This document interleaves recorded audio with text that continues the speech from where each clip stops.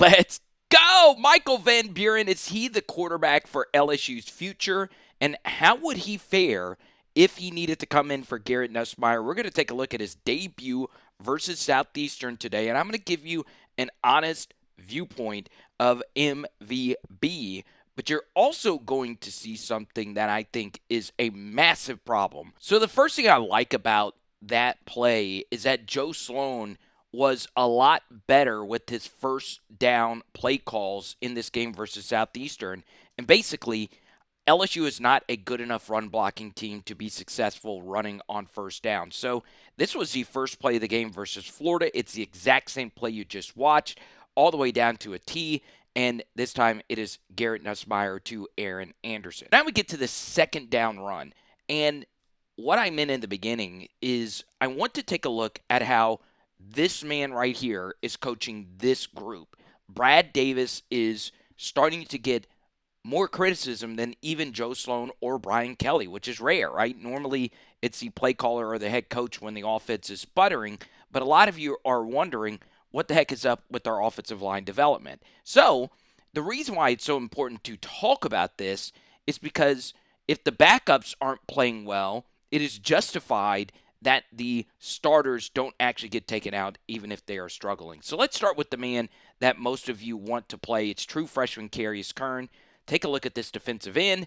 This is probably the smallest defensive end you will ever play in your 4-year career. So we need you to absolutely maul this guy, and this is really good. Like, you can't do it much better than that, okay? But he should be dominating this matchup. Let's take a look at the rest of the line. This was an interesting little wrinkle what LSU decided to do here. So you keep Paul Mabinga into the game, and you bring in Cohen Eccles. So these two are actually battling for the starting left guard spot. You take Josh Thompson out, your right guard, and you take Braylon Moore out, your center, and you take the left tackle out, and Tyree Adams. So what that tells me is those three guys have their roles more than solidified, okay? And we'll see what Carius Curne can do for the rest of this film study. But, this is honestly blocked really well. The guy who has the best block of the group here is Weston Davis. It's Ori Williams here. So we get a good double. Watch Ori Williams climb to the second level right here. Boom. Okay? You really can't play left tackle better than what he does right here. That is elite stuff. Now, this is my one criticism of the offensive line. Bodies fall to the ground all the time at offensive line. You might not realize it because you're following the ball. So if you're following the ball, you wouldn't have seen this. But this is just a minor critique. Our lower body nimbleness isn't the best. We are so often tripping over our own feet or tripping over others' feet. And that's exactly what happens right here with DJ Chester. He's climbing to the second level, and he trips on the feet of a defensive lineman, okay? It's not the worst thing in the world. It's just, once you notice it, you can't unnotice it. And because he trips, you can see this linebacker just throws him to the ground, okay? It's not a good look. And watch what actually happens here. Once we get to this portion, okay, 33 doesn't end up making the play because Ori Williams was dominating its guy. But it's just something you just don't want happening all the time. Let's get to the next rep here. Once again, our offensive line getting really good movement. Ori Williams so far playing really well. Same thing with Carius Curne. We should be dominating this matchup. Now, we can have a conversation here if we could have gotten a bounce read out of this, press and then bounce into this space or to this space. I can live with just banging it up in there with Harlem Berry. I can live with that. But, a conversation can be had if you want to have it. Second and Winfield here, and, well, you get a little unlucky. Quarterback draws are never going to be, or just draws in general, they're never going to be as effective versus twist. So if I am playing a defensive line that twists a bunch, which Southeastern did throughout the first half, I'm not calling as many quarterback draws because of it.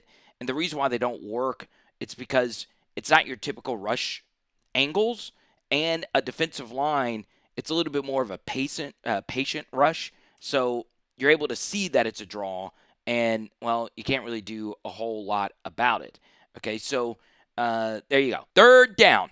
Now, what I want you to do is see if you can pick up on what I would consider to be a massive negative on this play, and it's not Michael Van Buren.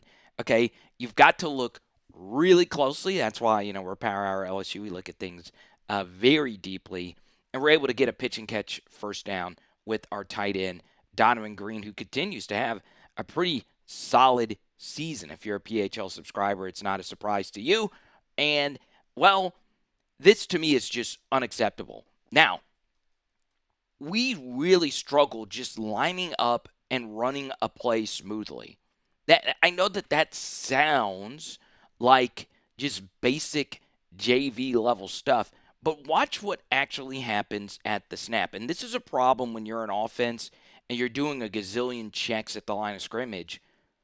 You can see right here, Kyle Parker looks to the sideline here, and it looks as if he's getting something from Cortez Hankton. I don't know what exactly he's looking at. It's kind of tough for me to see if he is indeed getting another coaching tip or whatever. But at the beginning of this 3rd and 12 rep, look, we're not even looking at the snap. We're looking at the sideline. So we're late, unless that is part of it, unless that's part of the play. Sometimes routes do have delays, but man, it gets old. We really just struggle lining up and running plays from time to time. We had 2 false starts from running backs in this game. It's crazy. It really is crazy. But we're running, I've not been a big fan of the tight end switch verticals. We ran this a lot with Mason Taylor to no avail. And honestly, the corner running with this vertical never makes sense, okay, because there's 2 guys right here to guard against it. I don't know their coverage rules. If you want to see our first offensive film study, you see me blasting the Southeastern defensive coaching staff. So this in an actual game is rarely going to be open. But good job by Chris Hilton drawing the coverage, and we do pick up the first down. Okay, we can live with it. All right, so a 1st and 10 run. And, okay. Well, as you guys know, this guy was Glenn Dorsey Proctor here. And honestly, we don't block this that poorly. This is, to me, a good run. They had the perfect call for this. There's no way we could have known that they were bringing a slot blitz. Right now, we couldn't have known, but you can see the safety creeping up into man with this guy. So now we know this guy's for sure coming on a blitz, and we don't account for him. It's fine. Sometimes the other team has good defensive calls. And even then, we get a decent block on Proctor up the middle. God, Paul Mabenga. Let's see if he could have actually gotten to this backer. No.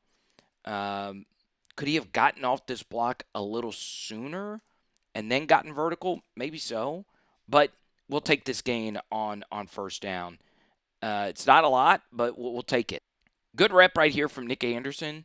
If they're going to play off with the corner this far back, this is good stuff. Garrett is really good at this. Once you see the corners off of the receiver, just going ahead, get into your throwing motion. It really helps out your protection. Boom.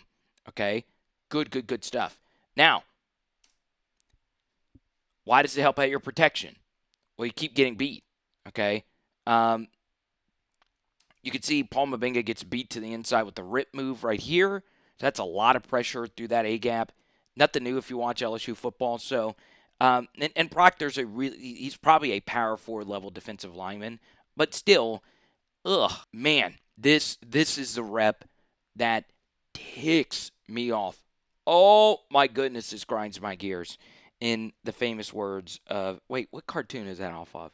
You know, it grinds my, that's a Family Guy. Yeah, there's a lot about this that really pisses me off because it's really hard to not be a fan of Jelani Watkins, right?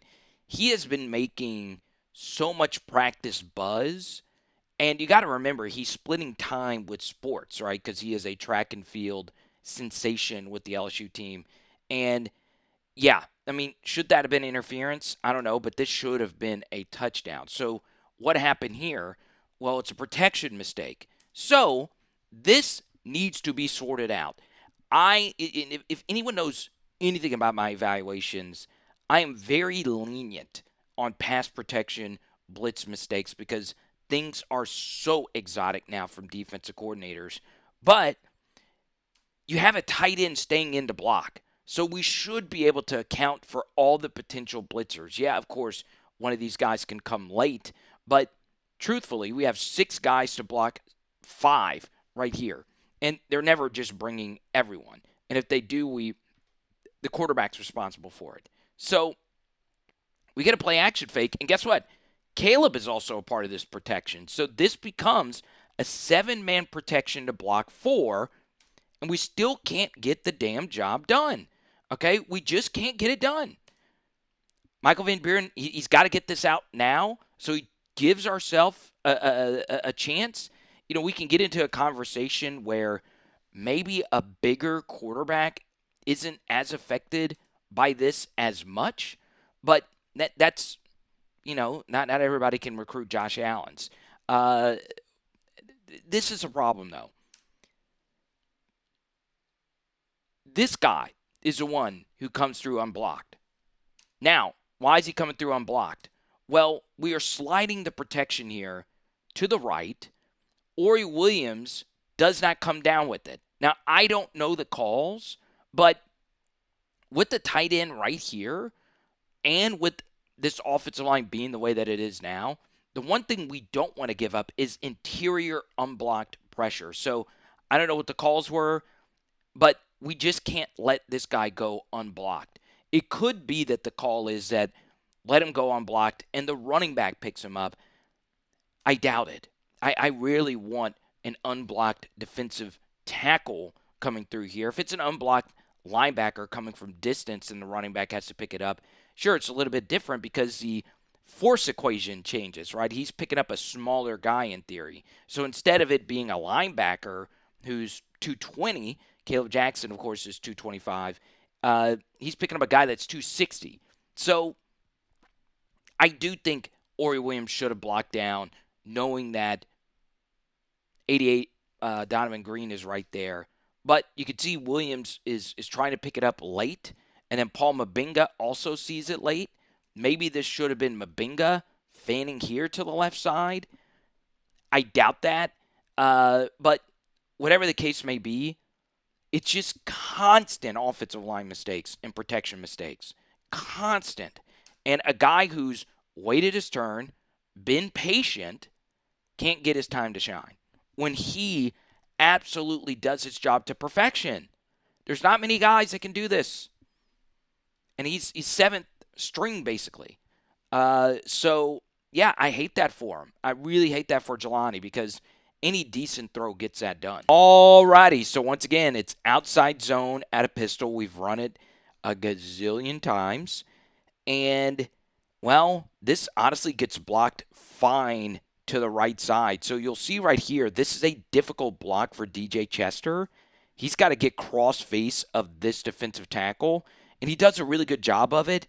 We just probably need this to be a little bit more physical. He does the hard part, getting cross his face. We just need this to be a little bit more physical because you can see 39 does wrap around and make the play.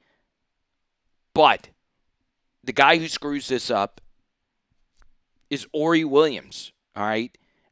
This is just so bad. It is so bad, okay? Here he is, head down, catching the block, gets jacked up, and then thrown to the ground. Thrown to the ground, okay? That just can't happen. So this Chester block isn't bad if we get a semi-decent block on this, okay? But 39's able to chase it down from the backside, and we can't block it. I don't know if we can run outside zone anymore. Okay, here we go again. 39. More horrible offensive line play. Absolutely, positively horrible. Okay, this is a more exotic look. And you could see with these safeties on the hash and lined up directly basically over these receivers, the likelihood that these guys are coming, or at least one of them are blitzing, is pretty high. So in a 5-man protection on a 5-wide set, we want our tackles fanning out, and we just got to take advantage of these one-on-ones, all right?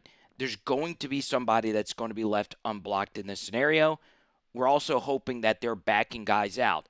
So this ends up getting really exotic from Southeastern's point of view because they actually end up dropping both of their defensive tackles, and they are bringing edge pressure from here. So, yes, it honestly is really exotic, but you do see it from time to time, and you can see both the defensive linemen back out. Okay, so once they back out, this gets really tough for the left guard, right? Because now we're wanting our tackles to come out and pick up the blitzers, and you now, as a left guard, have got to block a faster player, and you can see Paul Mabenga, too much forward weight. He's leaning, doesn't get a good punch, and he's through. Okay? That is a lot of pressure right there from Paul Mabenga. It's not the worst. It's honestly not the worst, but it's not great either. And guess what? The same thing happens on this side. All right? It is a little bit more difficult for Cohen Eccles because this defensive tackle really pressed to him and then backed out, so he's late to reacting to 40. 40 beats him. Okay? So Michael Van Buren does the smart thing. The only thing he really can do is step up into the pocket. This end does a really good job of tracing his steps, and now you're just dead on arrival. Okay? It's really good defense, but just piss poor offensive line play yet again. Alrighty, so I want to break down the field goal. I know it's not a Michael Van Buren rep, but I want to first shout out Fortified Gulf Coast and Labor Therapy. You've seen their logos. You notice I'm down the air, and you don't have that block anymore. It's just this beautiful face of mine. So big thanks, as always, to Labor Therapy and Fortified Gulf Coast for stepping up in a major way. I also wanted to show them a lot of support because they are the ones that really are taking PHL to the next level. Now, first thing, we try a 59-yard field goal, and it barely makes it 49 yards. It is a little bit of a concern, the longer kicks. I am open to Aaron Burrell being the guy. Now, it is funny because Odell had a return like this in a win, but 81 gets the football, and this is just a minor thing. I know he's not a tackler. I don't mind the targeting call because the targeting call is soft, but never have I seen an offensive lineman come in for this big of a hit and the guy actually stay on his feet. Okay? We don't even bring him down. We don't even bring him down. Okay? You could see right here, DJ Chester does a better job of tackling our other guys than actually bringing 81 down. It's a stupid targeting call. It shouldn't be targeting. But I'm more pissed off that we still couldn't bring him down. Is there something we can do as an offensive line to become more physical? I'm just asking you guys. Okay, so now we have walk-on Braden Augustus in at center. And per Matt Moscona, Brian Kelly said that he is now the backup center now that Chester is out for the first half versus Ole Miss. So they get exotic yet again. They did a lot of simulated pressures where the defensive tackles are actually backing out into coverage, and they're bringing a slot corner blitz. So, of course, the first snap from Braden Augustus is a worm burner, okay? Actually, it's not that bad. You would like to still get this if you're Van Buren, and now we're in trouble. Now, once again, it's the same thing. 40 left unblocked, a defensive tackle. We never want that. Okay, we never, ever, ever want that. Now, why was he unblocked? Well, it just depends on the call. I know you guys probably get tired of me bringing this up, but it's once again how it's taught. So, Carius Curne fans out to the blitzer when, in this instance, my guess here is that he should be blocking down on 40, and Caleb Jackson picks up the guy off the edge, okay? or it could be that Caleb was supposed to pick up the interior blitzer, or that this should have been 78 right here. Cohen Eccles picking up the blitzer, right? Cohen's been playing mostly left guard. Now he's at right guard. Maybe that has something to do with it. Whatever the case may be, I understand this is your backup line, but this is just systematic problems with this team. Okay, I'm telling you right now that there's going to be guys that will get this done, but this is ridiculous right here for Michael Van Buren. So we're in a lot of trouble here. Okay, now we'll say the protection at the top to the left side was good. Okay, so now we need Van Buren to make something happen. Honestly, I know this is Southeastern. Caleb has done a great job blocking. That's a good job right there. And then a little Swami spin, baby. Someone get him a Tide sponsorship, baby. Spin cycle for a first down. All right, so we get to a run right here. And we are bringing Donovan Green here as the quasi-lead blocker. Obviously, this has been one of our go-to rush designs. So you kick out the end. Once again, Ori Williams overall had a really good half climbing to the second level. This is excellent stuff from Paul Mabinga. And, man, look, we got this sealed. Okay, really good stuff. Caleb, obviously, this is a hole you're supposed to hit, and he hits it pretty well. And, boom, you get a pretty nice gain right here. All righty, so we get to Michael Van Buren, probably his best throw of the night. First off, they're running a twist stunt to the right side. This time it gets passed off really well, okay? The protection here is really good, okay? Now, let's get to Van Buren here. Normally when you're faking like this, you're trying to run some kind of double move. You could see with the corner being this far off that this probably wasn't there, okay? So you get to here. Should he have thrown this to Kyle? No, okay? Because if you'll see at the snap, the middle of this deep middle of the field opens, right? This safety runs into the box, and this safety fans out, okay? So you have basically 5 guys running over here, which leaves you basically a 2-on-2 to the backside.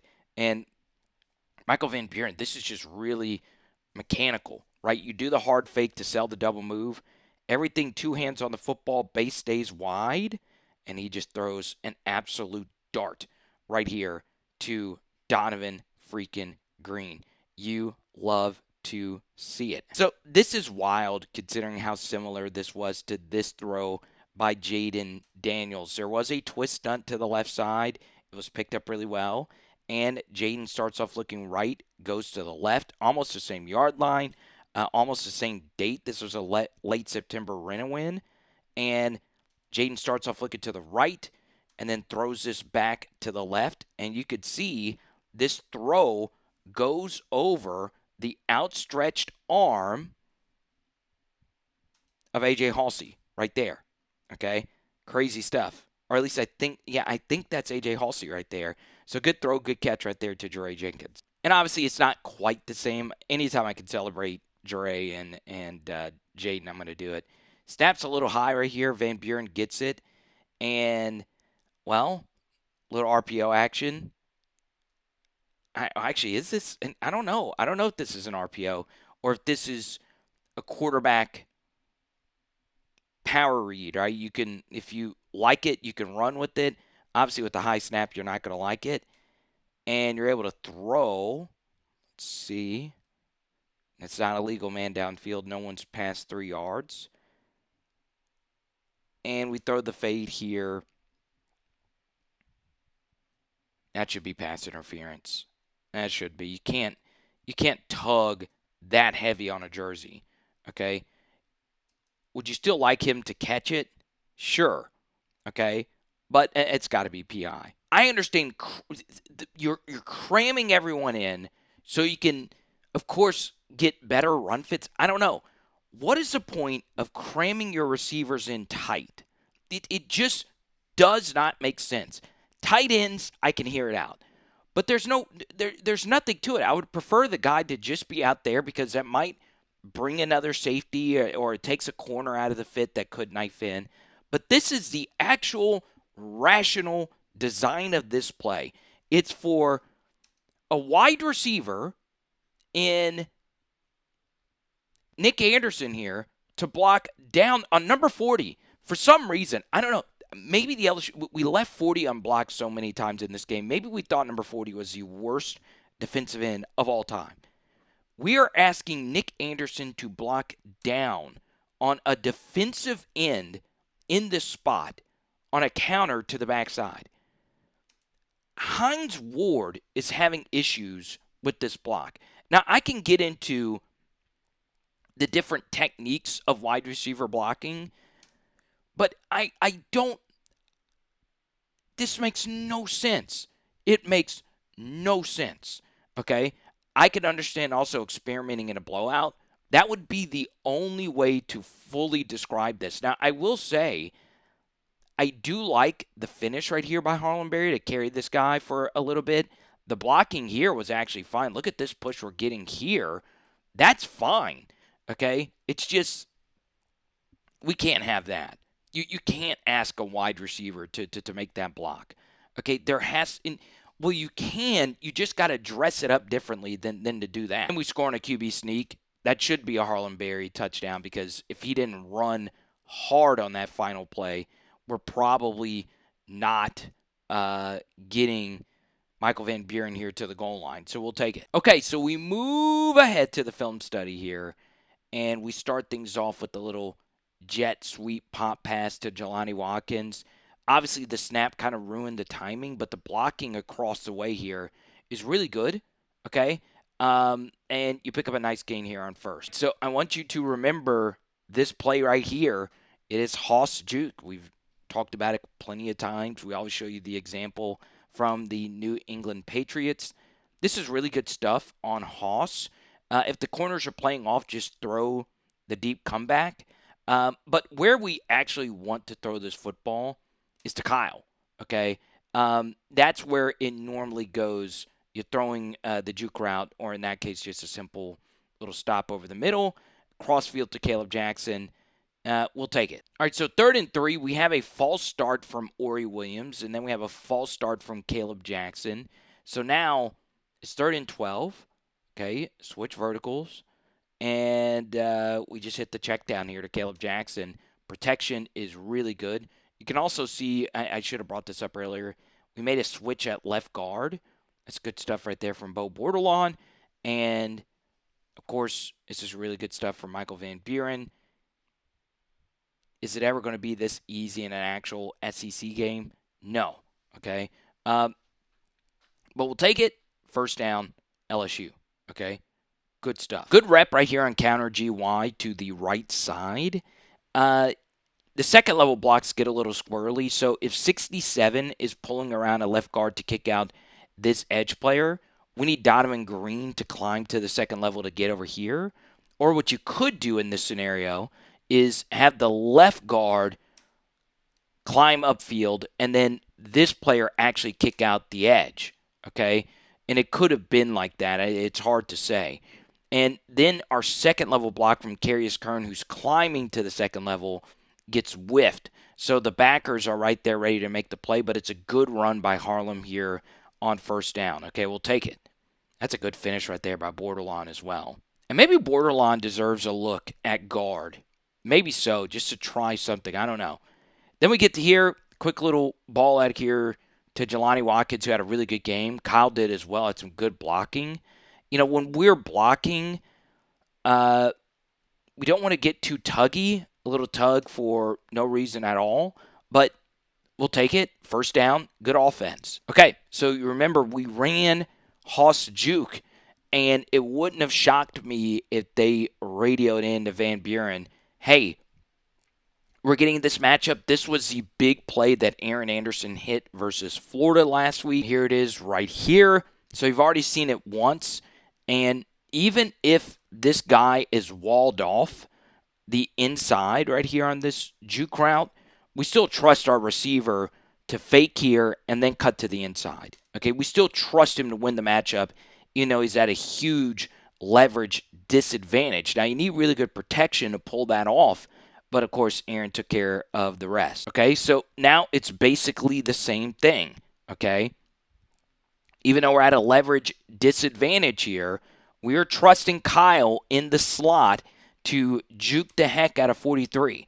Okay, so Van Buren does a really good job trusting his protection. It's mostly good here to get him beat to the inside. Now, Kyle has a little extra work to do, and he does cut to the inside and make a few guys miss. It's really good stuff right there from Kyle. And now we need a few more extracurriculars. He does a good job keeping his feet there, and now we are scoring. Alrighty, so we get to hear the final Michael Van Buren drive, and the game's over, right? In an actual game, though, we need this to be pulled and thrown. Now, I will say LSU probably told him, hey, we need to just hand this off to make sure we get to the 2-minute warning. But in an actual game, this is indeed a pull and slip right here to Philip Wright, who can flat out fly. The blocking here is really good to the right side. To the left, it could have been better. This double's not that great right here. Augustus lost his footing for a little bit. But, man, Harlem Berry had himself a pretty solid outing. He's able to fall forward here for some nice yards. Okay, so a lot of deep cut players. Teron Manchild Francis, a true freshman. Philip Wright, a true freshman. Kyler Billiot, 82's out there. You have Ethan Callaway, a mammoth offensive tackle, scholarship player. Is he ever going to amount to anything? I don't know. So this play gets stuffed, and then we get a third down play where you would have liked to have seen this get converted. This was an actual split zone rep to the right side. And we have Philip Wright, who has a lot of speed. And this time we actually do throw the football to right to the outside. We get a missed block in space right here by Donovan Green. And this just makes you appreciate Mason Taylor that much more, because this is who we usually throw the football to on this play. We weren't able to convert something similar versus Florida, and we convert here.